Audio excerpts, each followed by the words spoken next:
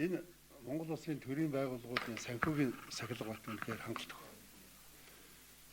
Би одоо энэ нэлээд хэдэн жилийн төрийн аудитын тайланг уншиж байгаа. Ерөөсөө зөрчил арилга. Эсвэл мэдэж ингэж идэг юм уу, эсвэл мэдэхгүй байд юм уу? Үнэхээр одоо харамсалтай байгаа юм. 2019 оны энэ тайланг үзэхээр 19.3 тэрбум төгрөгийн зөрчил 1687 акт багтаагаа. Гэхдээ энэ нь бол урд жилийнхээс 3 дахин багассан тоо гэж байгаа шүү. 12 тэрбум төгрөгийн асуудлыг хуулийн хяналтын байгууллага шилжүүлсэн.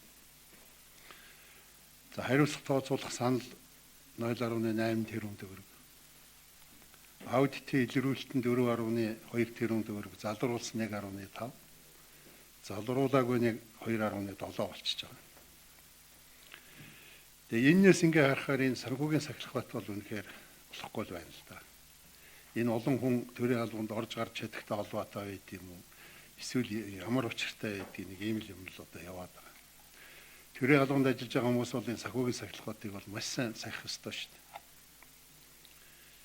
Энэ төрийн албаны одоо төрийн аудитын хууль төрөө бий хэлсэн шүү дээ. Одоо үндсэн хуулинд хийх ажлын зааж өгөөд, хуулийн баталж өгөөд, дээрээс нь удирдлагууд нь шинжлэгдсэн байна. Занд Маттави татврын байгууллагад ажиллаж байсан. Маш их туршлагатай сайн санхүүж онсон томилгоо хийсэн байна. Бид ч одоо томилгоо олигтой хийж чаддаггүй шүү дээ.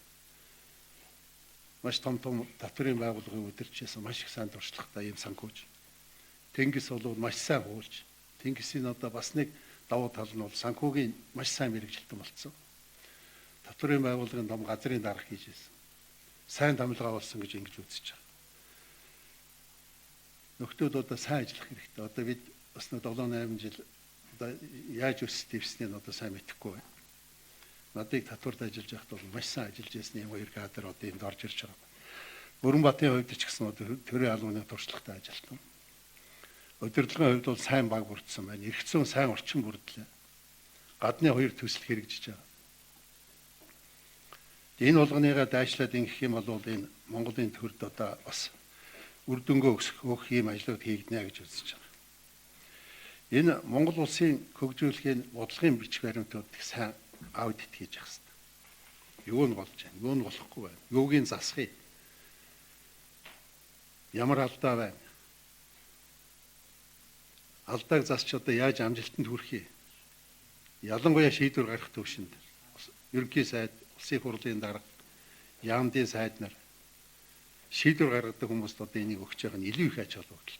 Энэ дээр одоо үндэслэж тэр алдаануудыг засдаг, төрийн зөв зохицуултуудыг хийдэг. Ийм л одоо ажил одоо цаашаа явах ёстоймаа. Тийм учраас энэ дээр анхаарч ажиллая. Ер нь бол аудитын байгууллагын хувьд бол 2019 онд хийх ёстой ажлаа бол хийсэн байна. Дараагийнх нь ажилд амжилт хүсье.